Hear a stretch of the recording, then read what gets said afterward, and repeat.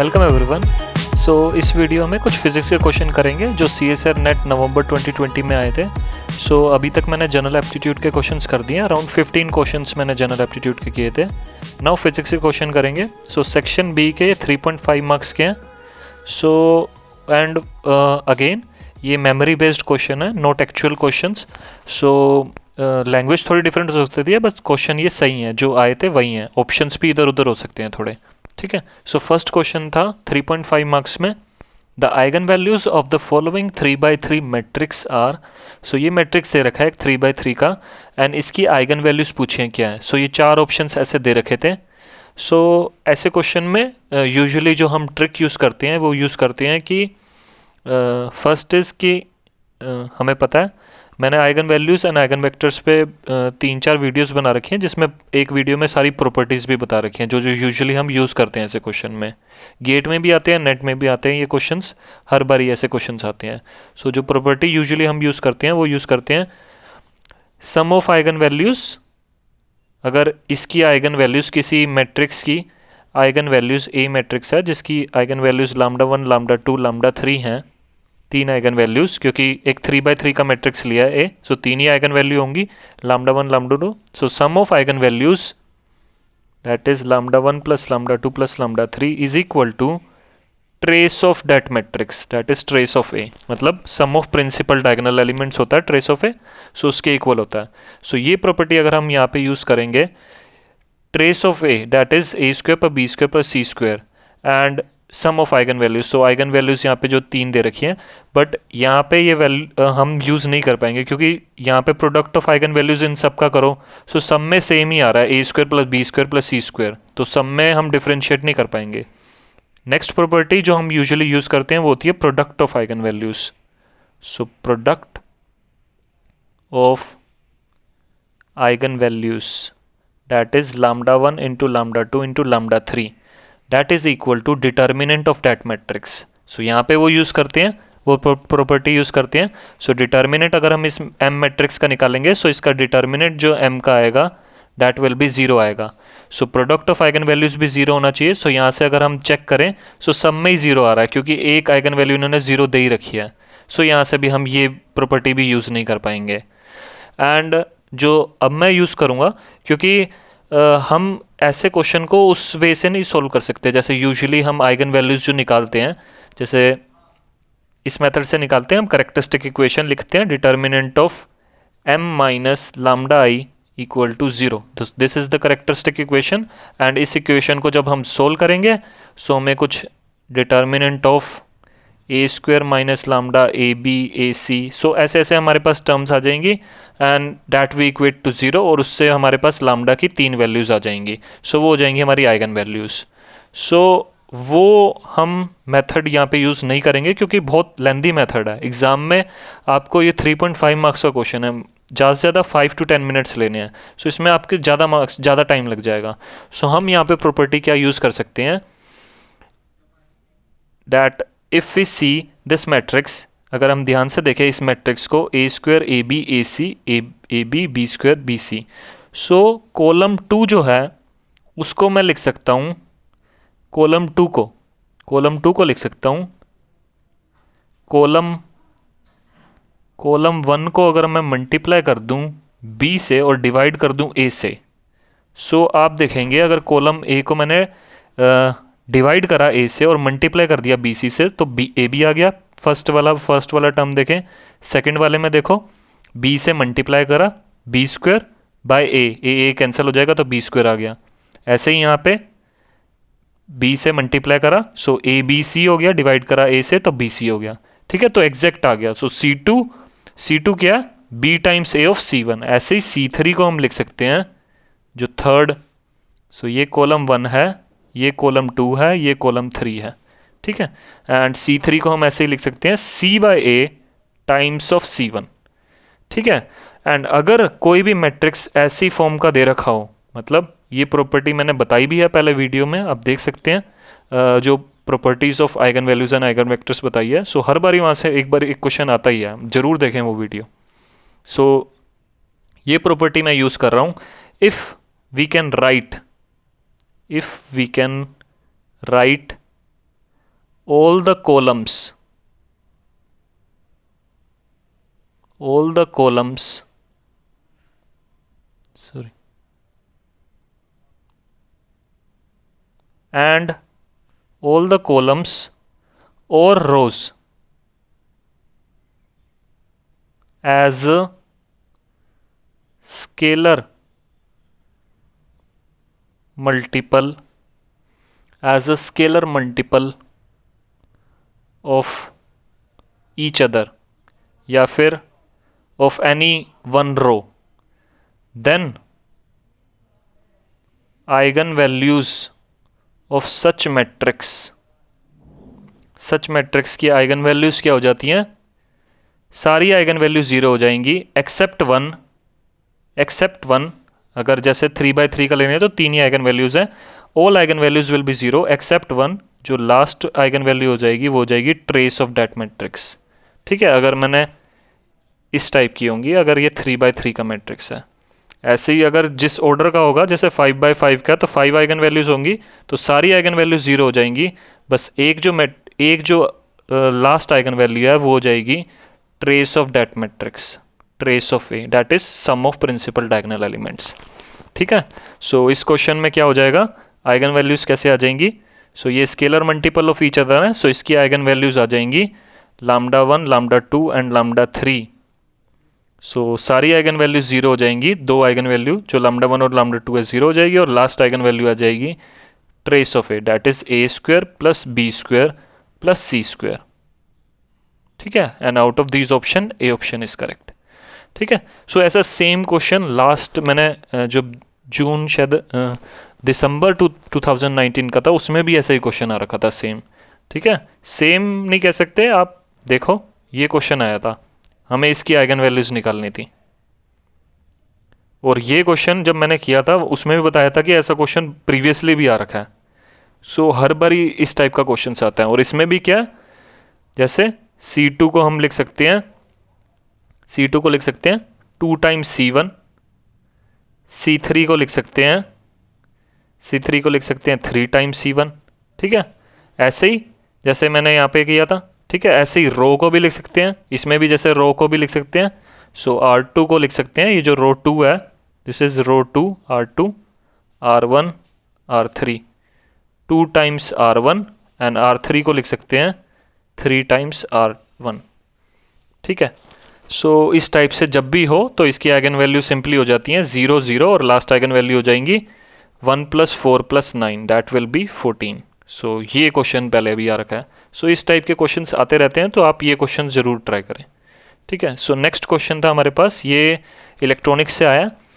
So if y is equal to a bar B C plus a bar B C bar plus a b bar c bar plus a b bar c implemented using only NAND gates, so NAND gates से use करना है, then the minimum number of gates required are, so minimum number of NAND gates बताने हैं कितने होंगे इस equation को जो इम्प्लीमेंट कर सके।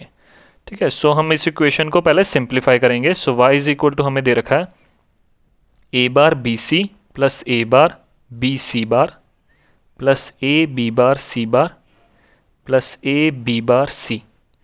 ओके, नाउ मैं इस इक्वेशन को कैसे लिख सकते हैं? सो ये दोनों टर्म जो है, फर्स्ट 2 टर्म्स, इसमें से a बार और b कॉमन ले सकते हैं। a bar into b common ले लिया तो c प्लस c बार बच गया। एंड देन इस इक्वेशन इन दोनों टर्म्स में से भी a इंटू बी बार को कॉमन ले सकते हैं, तो बच जाएगा हमारे पास c bar plus c। And c plus c बार क्या होता है? Simply it would be 1। ठीक है, सो किसी को भी उसके कॉम्प्लीमेंट से जब ऐड करते हैं, एडिशन करते हैं, सो उसका जो आंसर आता है वो एट वुड बी 1 आता है। ठीक है, अगर खुद को a प्लस a करेंगे तो a ही आता है, a प्लस a बार करेंगे तो 1 आएगा। ठीक है, ऐसे ही सो यहाँ पे हम लिख देंगे a बार इंटू बी, और इसको 1 से जब मल्टीप्लाई करेंगे तो सेम ही आ जाएगा। किसी को भी 1 से मल्टीप्लाई करेंगे, जैसे a इंटू 1 करेंगे तो a ही आता है, और a इंटू 0 करेंगे तो 0 आता है। ओके, तो उस अगर 1 से मल्टीप्लाई करेंगे तो सेम ही आता है। ठीक है, so a bar into B into 1 that will be a bar into B, plus यहाँ से भी अगर ये देखें c plus c bar plus c है तो ये भी 1 हो जाएगा, and 1 into this is a into B bar. Now अब ये जो इक्वेशन हमारे पास आ गई, this is the equation of XOR gate. ठीक है, ये इक्वेशन है जोर गेट की। ठीक है, और इसको सिंप्लीफायर करके हम ऐसे भी लिखते हैं ए जोर बी। आप एक्सोर कह लो या जोर कह लो, मैं जोर बोलता हूँ तो आप कुछ भी यूज़ कर सकते हैं। So A xor B that is A bar B plus A B bar. और इसको इम्प्लीमेंट कैसे करते हैं, आपने काफ़ी बारी किया होगा नैंड गेट से। जब A bar B plus A B bar अगर आप यूजुअली बनाएंगे तो आप ऐसे बनाएंगे। अगर नॉर्मली आप नॉर्मल गेट्स यूज़ कर रहे हो और एंड और नोट, तो आप ऐसे बनाएंगे। आपने ए लिया, आपने बी लिया, तो आप क्या करोगे, पहले हमें ए बार इंटू बी चाहिए, तो आप यहाँ पे बार कर दोगे, नोट गेट लगा दिया। देन आपने बी लिया, इन दोनों का आपने एंड गेट लगा दिया। ठीक है, सो हमारे पास आ गया ए बार बी। ठीक है, ऐसे ही अब हमें ए बी बार चाहिए, तो ए आपने लिया यहाँ पे और बी आपने बार कर दिया और यहाँ पे आपने नोट गेट लगा दिया और फिर आपने एंड गेट लगा दिया। सो आपको मिल गया ए बी बार। ठीक है, नाउ हमने आप यहाँ पे एडिशन करना है, तो आप क्या करोगे, और गेट लगा दोगे।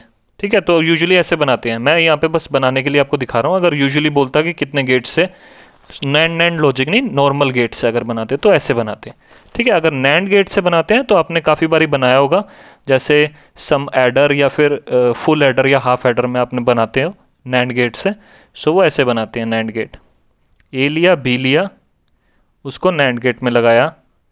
नाउ ए से एक वायर ली और एक यहाँ से वायर ली और अब एक बी से ली, और इसको दो में मैंने स्प्लिट कर दिया। एंड नाउ यहाँ पे एक नैंड गेट लगाएंगे और एक यहाँ पे नैंड गेट लगाएंगे। अब ये तो दोनों का रिजल्ट आया, इसको भी एक नैंड गेट में डाल देंगे।